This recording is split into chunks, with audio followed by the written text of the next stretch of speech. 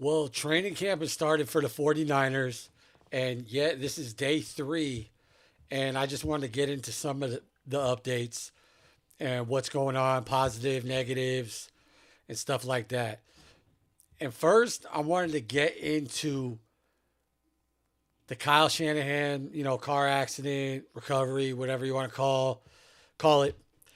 I've been getting a lot of backlash, but it seems like what I was talking about is actually coming to like fruition and stuff.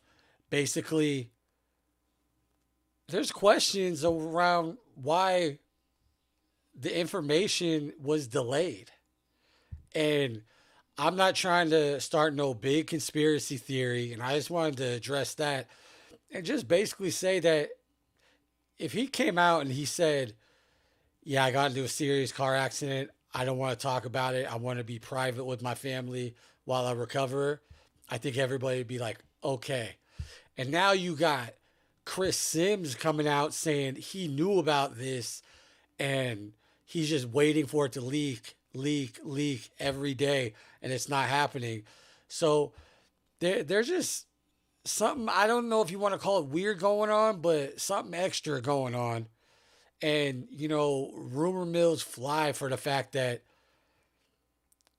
the NFL and ESPN are kind of in cahoots, and things might go a little different as far as protecting people with their news and stuff.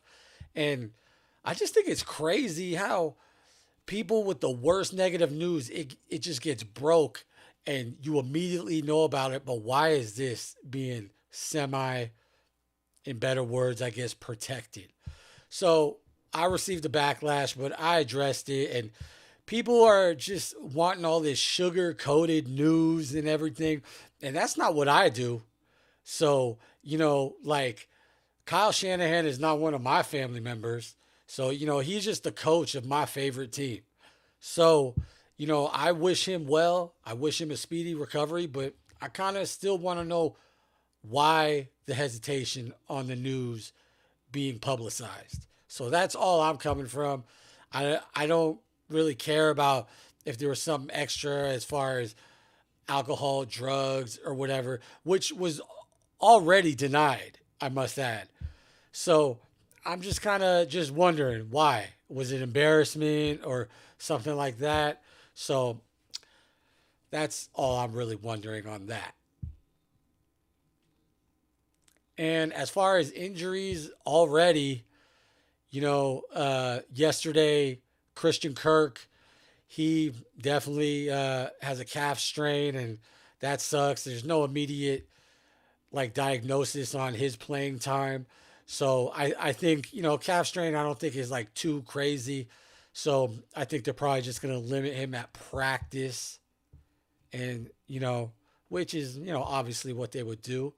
Um, the offensive lineman that we got from New England, Lowe, he's injured a little bit, and that's not too much of a worry. There's been no like red flags with the whole substation thing, even though today Romello Height was carted off, and the first initial reports were saying that, oh, he was grabbing for his leg or his calf, and he didn't seem like he was in pain, and that was almost like it was sending red flags to me that this could be like a non-contact injury, that could be ACL, Achilles, but they definitely confirmed later that he was just having a cramps issue.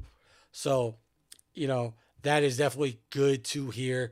Even though Romello got smoked by the new running back Black for like an 80-yard touchdown, and that kind of turned into the injury. So, hopefully he could do better, recover from the cramps, and do better in day 4.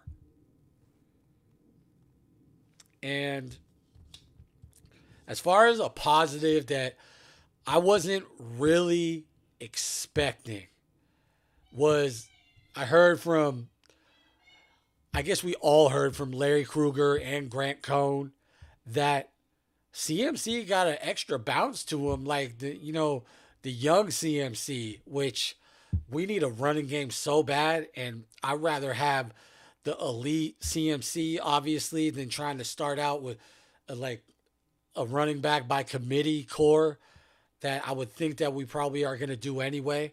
I would still love a running back by committee to just take some miles off of CMC, which I think they're going to take in consideration. But CMC got a little bounce out there, and he's ready. He's cutting nice, and I was not expecting that, and I'm glad that that's what we're seeing. And let's take it light out there. I'm sure he's on a pitch count, and let's protect CMC because he could be the key to a possible Super Bowl run with all the pieces we've added. So I'm definitely loving that.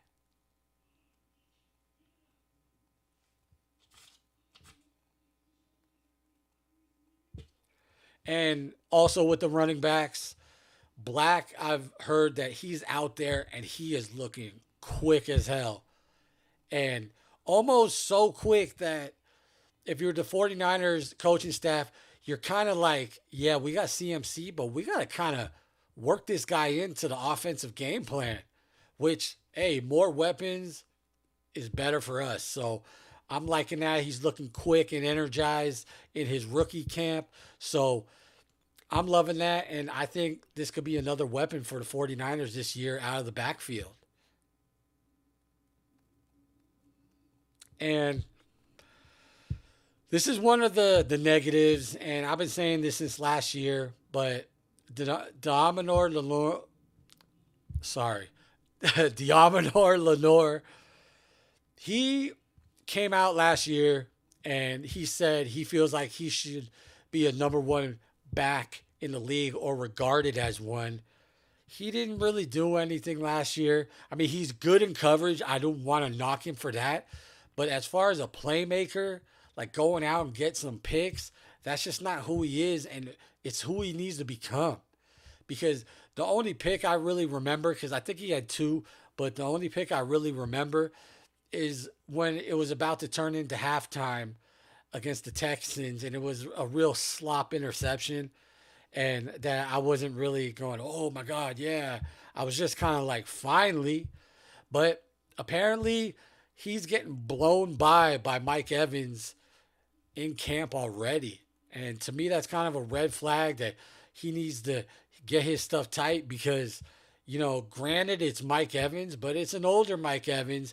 And really, D. Lenore, he got to step his game up to be a pivotal piece of this defense.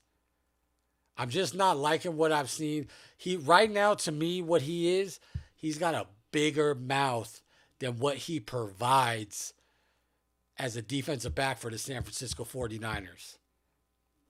Call me a hater, but I'm calling it like I see it.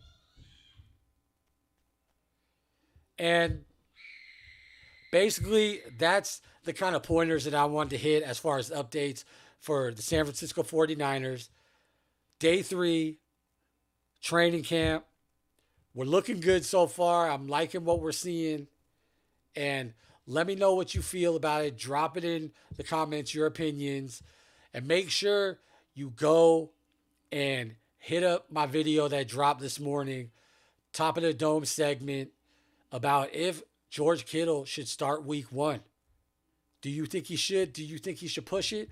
Or should we keep him, under wraps until he's fully healed and capable of those George Kittle things? But like always, like, comment, and subscribe. This has been the Authentic Take. I'm out.